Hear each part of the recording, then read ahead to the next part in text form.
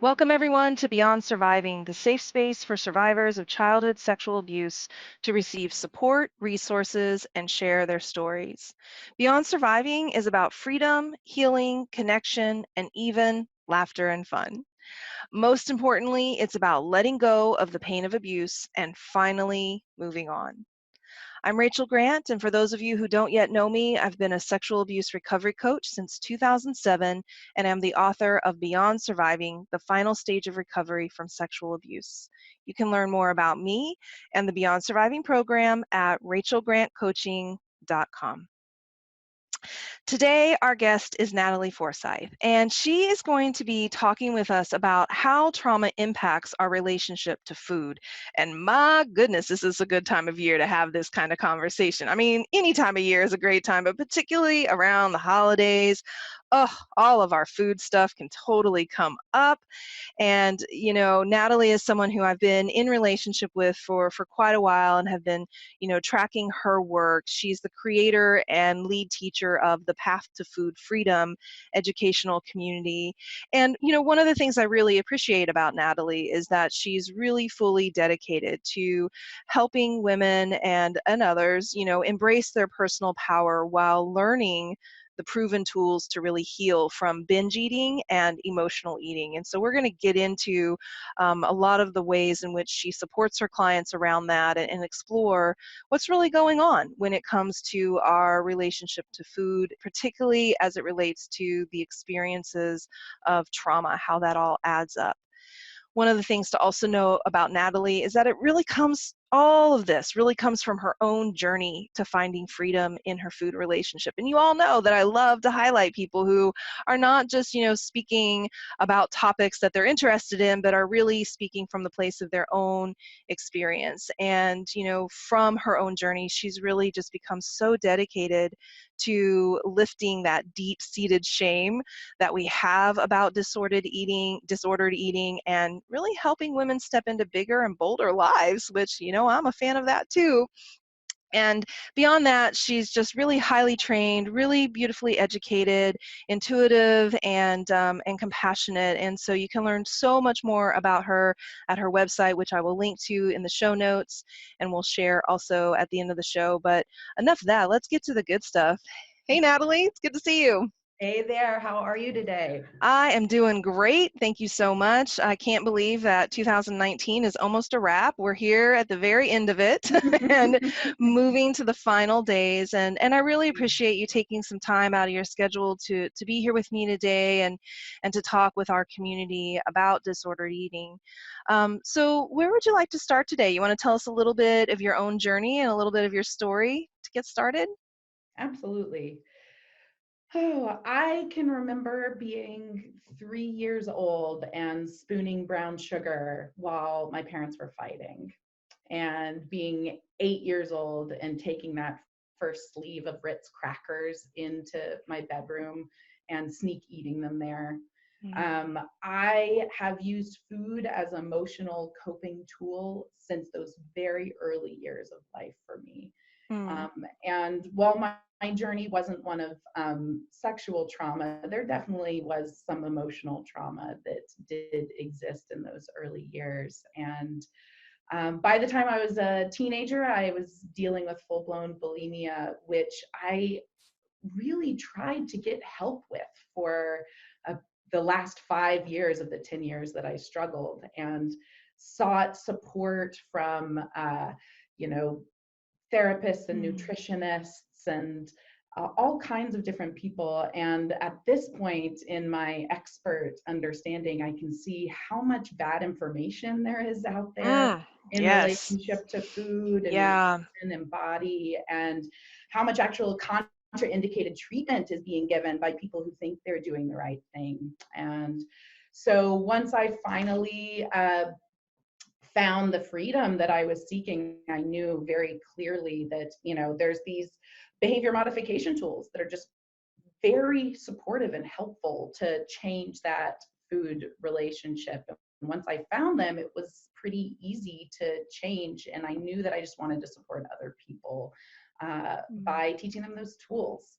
And there's one thing that is absolutely for sure. is that in my beautiful community of a couple hundred women plus, a significant portion of our community are sexual abuse survivors. Yes. Yeah.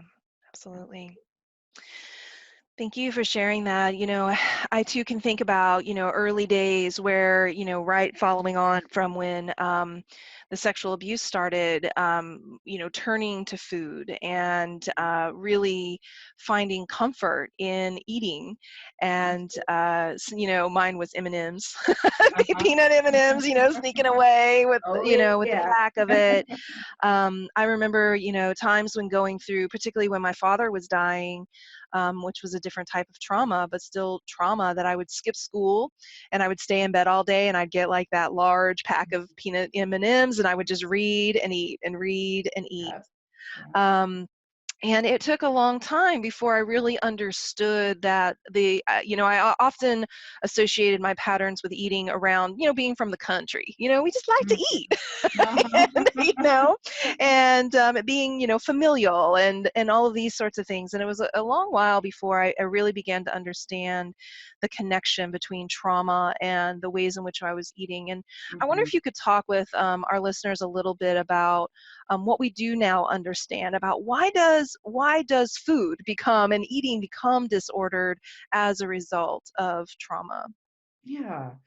It's a really fascinating field of research where there has been a lot of correlation as well as causation shown between sexual abuse leading to disordered eating. And, the trauma of sexual abuse often leads people to develop a preoccupation with food, with dieting, and a drive to feel uncomfortably full and to really reward oneself a lot with food.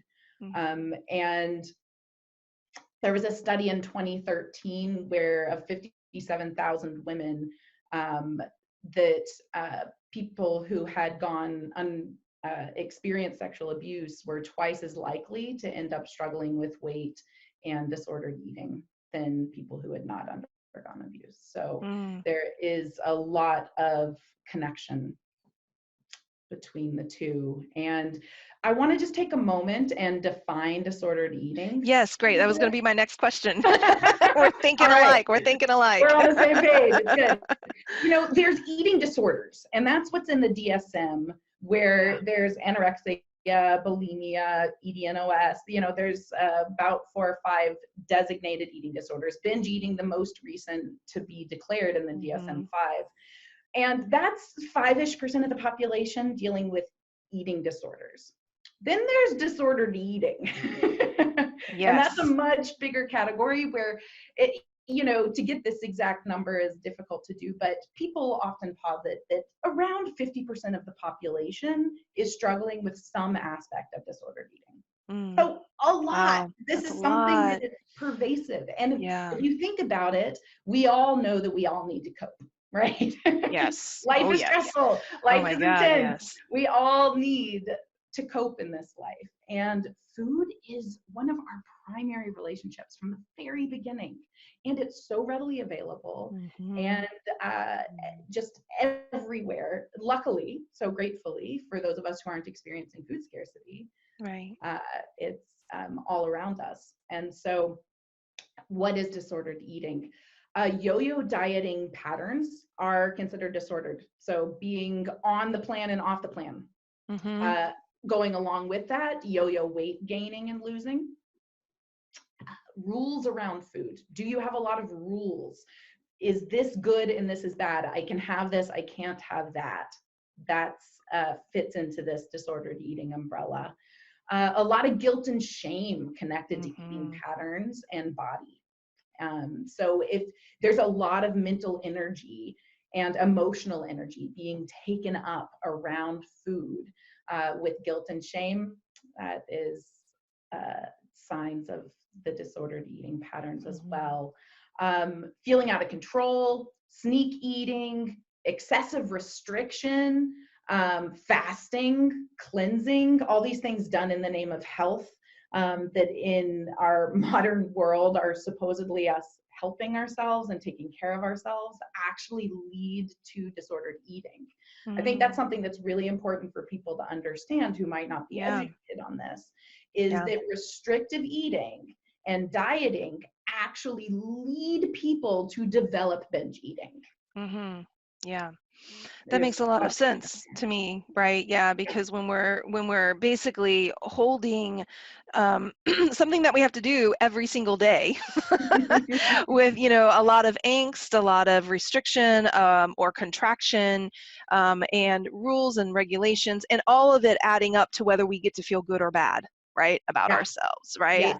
These associations, that patterning that starts to happen, and so it becomes like this only place where you can catch that kind of a fix. Yeah, Mhm. makes a lot of sense. Something you said there that actually really struck me that I want to dive into a little bit is the fasting and the cleansing. My goodness, yeah, Yeah, these are like really big trends. Is there any case in which, a cleanse is healthy, or are you really of the mind that when we use those kinds of I don't know if you call them methods or whatever, that ultimately is detrimental?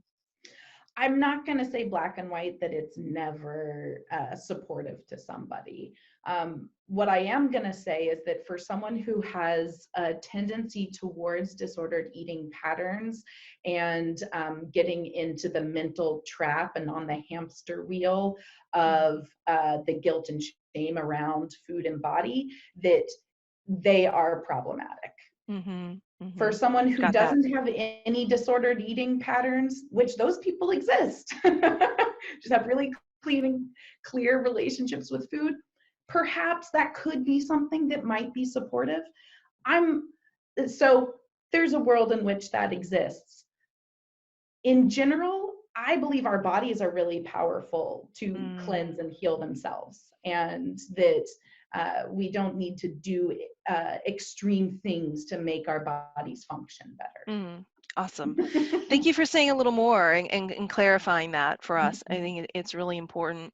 You touched on it a little bit, but I'd love to come back to it, which is, what we know about how trauma impacts the brain, and in particular, the reward center and our relationship Yes, and responses to reward. And that this, in your research and in the work that you do, you've come to really understand how that plays such a big role in what people are actually experiencing and going through. So could you break that down for us a little bit more? absolutely. Um, so trauma that occurs during critical periods in the brain's development can really change neurobiology, right? And in those changes, one of the impacts that has been found is that it can make the whole system less responsive to rewards. And from that place, we want the experience of even more reward. Okay. So it's like you need more reward to feel rewarded. Right. Is that the Compared idea? to someone whose Okay. neurology developed without that trauma, Hmm. who experiences more reward with less substance, we could say, Okay. Got that. less stimulus. Hmm. And so from that place, like the bag of M&Ms that you're talking about, that you're just sitting there eating throughout the day, it's just hitting those reward centers, right? Yeah. Just Yeah. pumping that dopamine, and like we need that uplift, and when the brain is impacted in this way, it can result in people seeking more reward in order Mm, to get to that point of pleasure and of yeah. comfort. And is it possible to retrain the brain? Is it possible to heal this part of the brain such that our relationship to reward like becomes more balanced, more integrated? Absolutely, that's been my experience. Yeah. And brain retraining is the name of my game. It's Yeah. definitely We have that in like common. Yeah. absolutely. And so in that way, really, Rachel, you know even more about this part potentially around the reward center. Actually, I'm curious, what is your Mm. experience with reward and the work from your Mm. perspective? Yeah, so it's interesting because I've not done a ton of research into like which areas of the brain are responsible for our Uh-huh. reward. I mean, I know the dopamine, right? So Yeah. anytime we're releasing that chemical, is giving us a little boost of excitement and pleasure. And when we're dealing with trauma, we're basically doing everything we possibly can to get away from pain Right. into pleasure. Right. And so the dopamine levels are often way low, though, because of overactivation of other parts of the brain like the amygdala, Yeah. which causes us to keep, we're releasing cortisol way more, which is the stress, hormone, rather Absolutely. than the dopamine, which is our pleasure hormone. And so by reducing our stress hormones and getting the nervous system more in Mm. balance and regulated, then Yeah. our brain has better capacity and opportunity to be in balance chemically. And so we start to see that kind of evening out happening. Beautiful. Yeah. Beautifully said. Absolutely. There's a lot of alignment there. And I think that through the we can teach ourselves to downregulate Mm-hmm. and to settle our nervous system and to be more present and to be more embodied. And my understanding is that that is where a lot of the overlap of healing from trauma and healing in the food relationship connects. Mm-hmm. Yeah, thank you.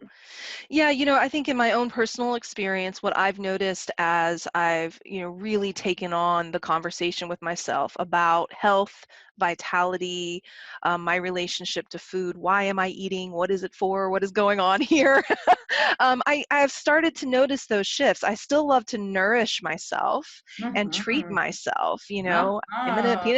peanut, and now they have peanut butter M&Ms, which, oh my gosh, talk about, you know.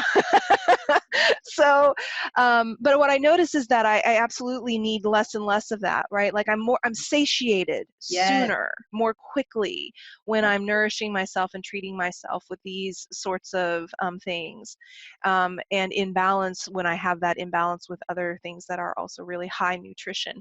And I'm Yep. really working. This is language that I have to continue to work out in my own Mhm. way, which is to not say the good foods and the bad foods, You got right? it. So Yep. definitely please talk with us about that, because it is such a thing that we all do. Oh, this food is good, this food is bad. Talk with us about why that's detrimental, why that harms us in the long run if we hold food in that kind of construct. Absolutely. You just got to the very heart of what it is that I teach. So I'm so very glad that you're asking this question right now. Yay! It's really the people that I support most are folks that really relate to this feeling of there being a pendulum.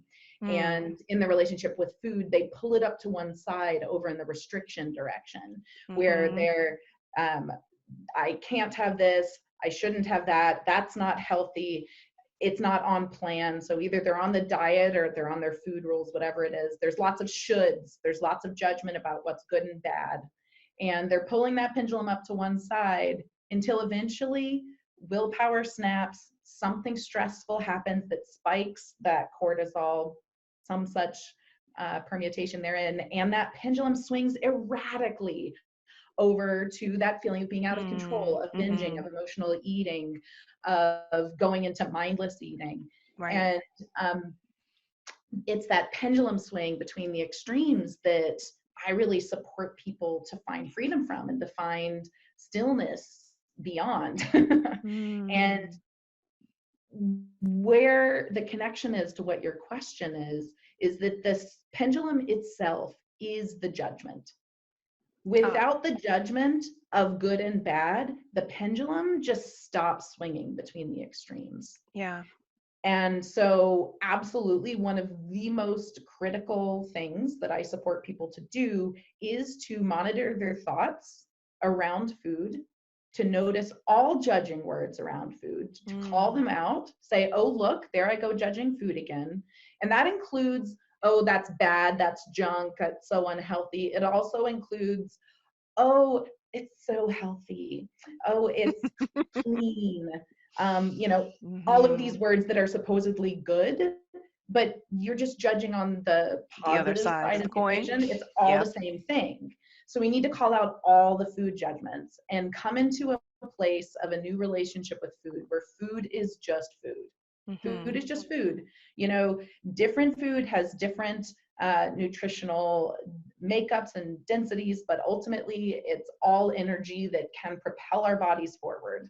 Mm, And I that love when that. we have the judgment about the food, we can't help but be on some kind of pendulum swing in our behaviors and in our emotions around food. Mm-hmm. So tell us, like, what does that in practice begin to sound like? Is it a blank? Is it just the narrative goes away completely? Is it that when you're eating, you're thinking, well, this is the type of energy that I'm eating, or this is how I'm nourishing my body? Like, I'm so curious about what your kind of inner dialogue is. Could you Mhm. let us in a little bit there? And like, what does that really Yeah, sound like for you in the yeah. day to day, so that, when we take something out, it's always great to put, like, what do we put in its place? Yeah. Absolutely. Yeah. What fills that vacuum. And it sounds like you've been finding some beautiful words for yourself around nourishment. And, Yeah. I think that one thing that I will recommend about what we put in instead is good teaching along the pendulum swing too, is there's often this desire to take out something bad, put in something good, you know, Mm, but that's actually still just part of the pendulum swing. yeah. That's still Right. trying to be on it. So just moving into neutrality, I think, is very Mm, powerful. And so food is just food. I yeah. just That's your really, that's your phrasing that really works for you. Food is that food. food is food. That really worked for me. And at this Mm, point, there aren't that many thoughts. There mm-hmm. used to be a million Oh, thoughts. You girlfriend. know, like I Oh my ask all my gosh. new students all the time Yes. the question of what percentage of your mental energy do you find wrapped up in food and body? Oh my And gosh. all the time I hear, 75, 95, 110%, like people who spend so much.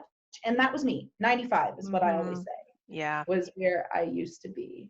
And at absolutely. this point, through the process of training my brain over time, and this is now a solid decade that I've been in a stable recovery, that Mm-hmm. those thoughts aren't even really there. And I think Mm. that the way out was through just naming them, noticing them, and then coming back to, no, this is just food.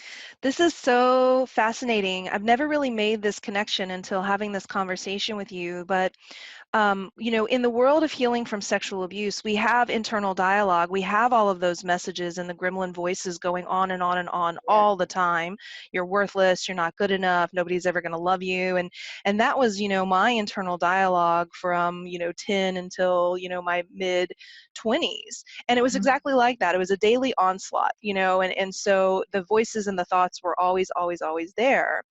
And then as I went through, the process of healing that ultimately worked for me, uh, those voices are quiet. Like, I don't hear all of that Mhm. anymore. Yep.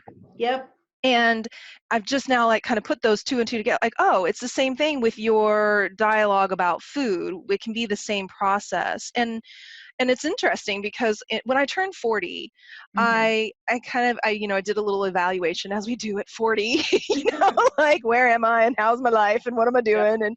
And I really felt so very solid in all of the areas of healing around the sexual trauma except my relationship to food. Hmm. And I felt like it was kind of the final frontier for Mhm. me.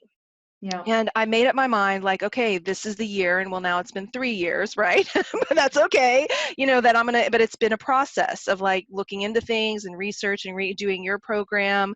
Mhm. Um, and, uh, and so I am noticing that, right? I used to wake up every morning, and the very first thought I would have is, how did I do yesterday? Was I good or was I bad? So that I Uh-huh. could then determine what I was going to get to eat for the day, right? Right. Yeah. Like, Yeah. that was how I started my damn Right. day, Right. thinking about Yeah. that. Yeah. And I haven't really been tracking it closely, but now that I'm talking about it, I'm like, yeah, oh, that's gone. I'm not doing that anymore. Woo! Yeah, woo, yay me. Yeah. So it is. It's like it's a similar process of, dealing with those negative thought patterns and the ways in which we shame. Because ultimately, what I'm hearing, and I think I'm hearing anyway, is that a lot of this dialogue, internal dialogue that leads to the disordered eating, comes back to shame. Yes. Comes back to that place of, fear and disconnect. And would you like to say a little more about that, like what you've seen in your work about how shame plays a role in people as they're navigating this process of changing their relationship to food? Mm-hmm. Mm-hmm. Well, I mean, I think shame and judgment are holding hands, skipping into hell, I mean, Past friends, high fiving. Hey, you know, did you make her feel terrible today? Yeah, I did. Did you? Yeah, yay! yeah, and as I just see the way that they're so very linked, that we Hmm. judge ourselves, we say we are bad, we internalize that in this deeply shameful way, and it just, the two work together so incredibly Hmm. well Yeah, yeah. to keep people really stuck and feeling a lot of suffering, and that a lot of I think there's a lot of beautiful work that can be done to similarly identify thought patterns around around shame, to call them out in a similar way, and to Mm-hmm. start um, replacing them with more neutral thoughts as well. You Yeah, know, we yeah. don't move from self-love, self-hate to self-love overnight. We got to stop through acceptance first, and Right.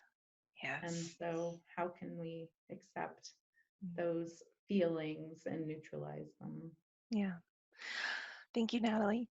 Mhm. I'm curious in your work what you've discovered the role that social pressure plays, particularly for the women that you're working with. There's no doubt that men have similar, pressures as well based on the things they see in the media, but I would go ahead and argue that women, get that way more proportionally wise. And yeah, could you speak to that a little bit? What role that plays and how that becomes a part of this process? Absolutely. Well, I think that the societal pressures to look a certain way that have been put upon us through, uh, the capitalized structure of needing to look a certain way in order to be acceptable, in order to be Hmm. worthy, has created a lot of disordered eating Mm, for yeah. society at large. And, there is certainly, as we were talking about earlier, the subset of folks who really established these disordered eating patterns as a form of coping from trauma, like talking Right. about. There's also this set of folks who haven't really experienced much trauma to speak of at all in their lives, and really developed the same disordered eating struggles precisely because of the messages in the media about how they're supposed to look, Yeah. how they should be. And interestingly, the incidence of male eating disorder has skyrocketed in the last Yes. decade. I was reading that recently And too. Yeah, it's mhm. fascinating. And what the researchers are positing right now is that it's precisely selfie culture that is the reason Hmm. why men are now experiencing more eating disorders, because they're now feeling the same pressures that women have been feeling for a much longer period of Mhm. time, which is unfortunate. Yeah, super unfortunate. Are there any strategies or approaches that you found have been helpful in helping your clients or yourself to negate that impact? Boundaries, so many boundaries. Okay, bring it. Say more. Yes.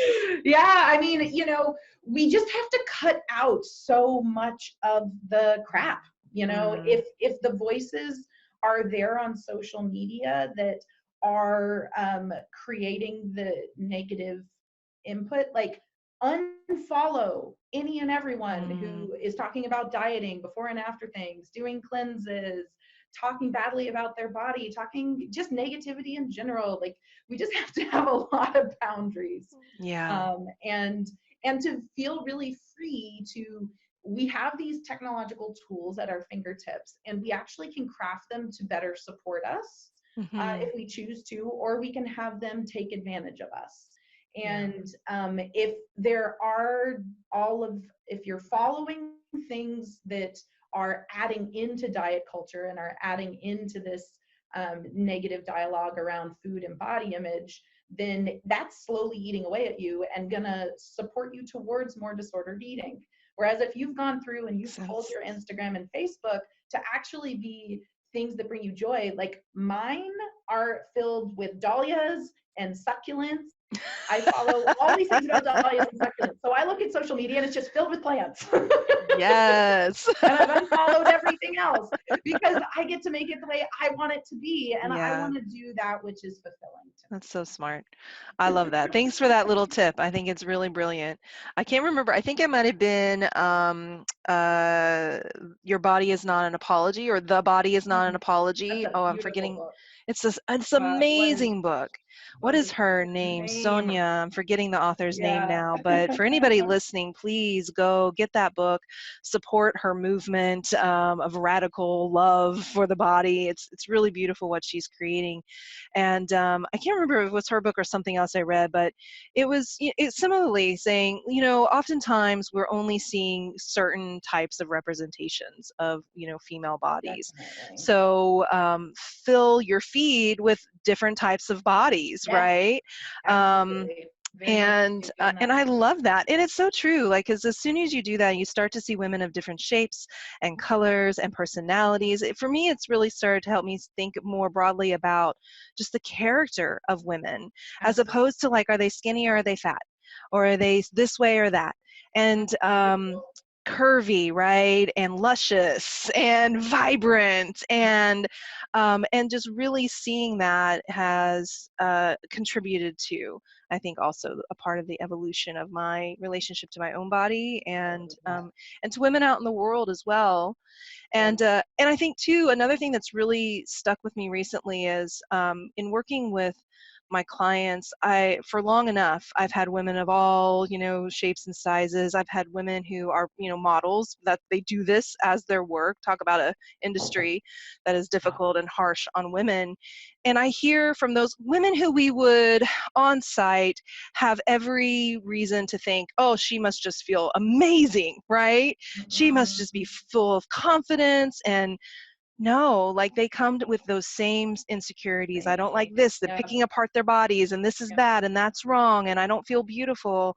And, it's really brung home for me how strong this messaging is that we women get, and how we've just got to really battle it, whatever way we can. Absolutely. It is universal. And there are a lot of brilliant voices speaking up, like Sonia Renee Taylor, That's who it. wrote Yes. The Body Is Not an Apology. So many other incredible voices. And it's up to us to choose what we have in our environment, and that Mhm. includes what we consume. And so I love you Yeah. putting purposefully more different kinds of people and different types of bodies into your feed as well. That's something that I did too, as absolutely. And I think it's essential because the body types that we see craft what we think is acceptable. Yes. Yes. Yes. And all bodies Mm. are worthy. And so Yes. let's see all the bodies. Let's see them all. We'll do a beautiful collage. Love it. Yeah.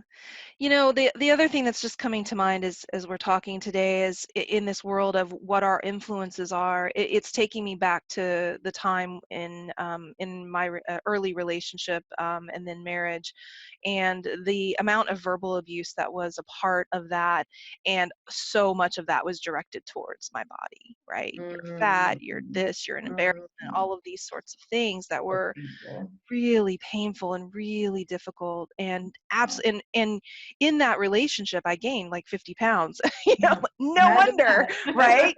that. um The more you call me fat, the fatter I'm going to be. So here we Look go, at that. Here we go. Um, and so I think the other area that is, I think, good for us to name here for our listeners is to who is speaking into your life about your body as Yeah. well, Yeah. and to be as adamant about unfollowing them, so to speak. Yes. Delete whatever you got to Yeah. do. Boundaries. Yeah, cultivate the community that you have around you, so that it is, bolstering you and supporting you and encouraging you and lifting you up. Mm-hmm. Mm-hmm. Beautiful. Man, so we're almost out of time here. So I want to just give you some space for anything else that you'd really just love to say to anyone who's listening, who's struggling with disordered eating and on that part of their journey. Mm-hmm. I just want to acknowledge the good work that you're here doing, Rachel, and Thank you. to anyone out there who has encountered sexual trauma, just want to really validate wherever you are in your journey, and that if you are struggling in your food relationship, that it's so natural and normal with where what you needed to do to take care of yourself. And there are other ways to take care of yourself that are even more nurturing and nourishing and supportive. And to find those ways and to be able to connect in community with other people who are healing, I've found it to be just such a rich and beautiful part of my own learning journey. And I'm grateful for it personally, and I'm grateful for being able to be here with you right now and share Mm. about it.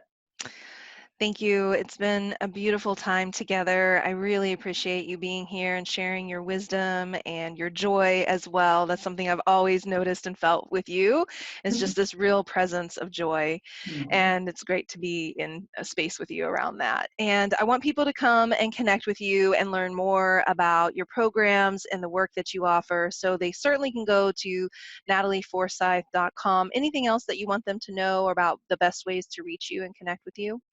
Absolutely. If what I've said so far today has resonated, then the next best step with me is to take my free intro class. It's called How to Find Freedom from Out of Control Eating. And you'll learn the 6 essential steps that you need to find food freedom, and all about the research and the science behind behavior change, as well as some interesting insights that has been the launch pad for many a person to change their relationship with food. And the best place to find that is if you go to natalieforsythe.com/class. And you can find the next time that we are having a class. And it will be my honor and pleasure to keep teaching you there at natalieforsythe.com/class.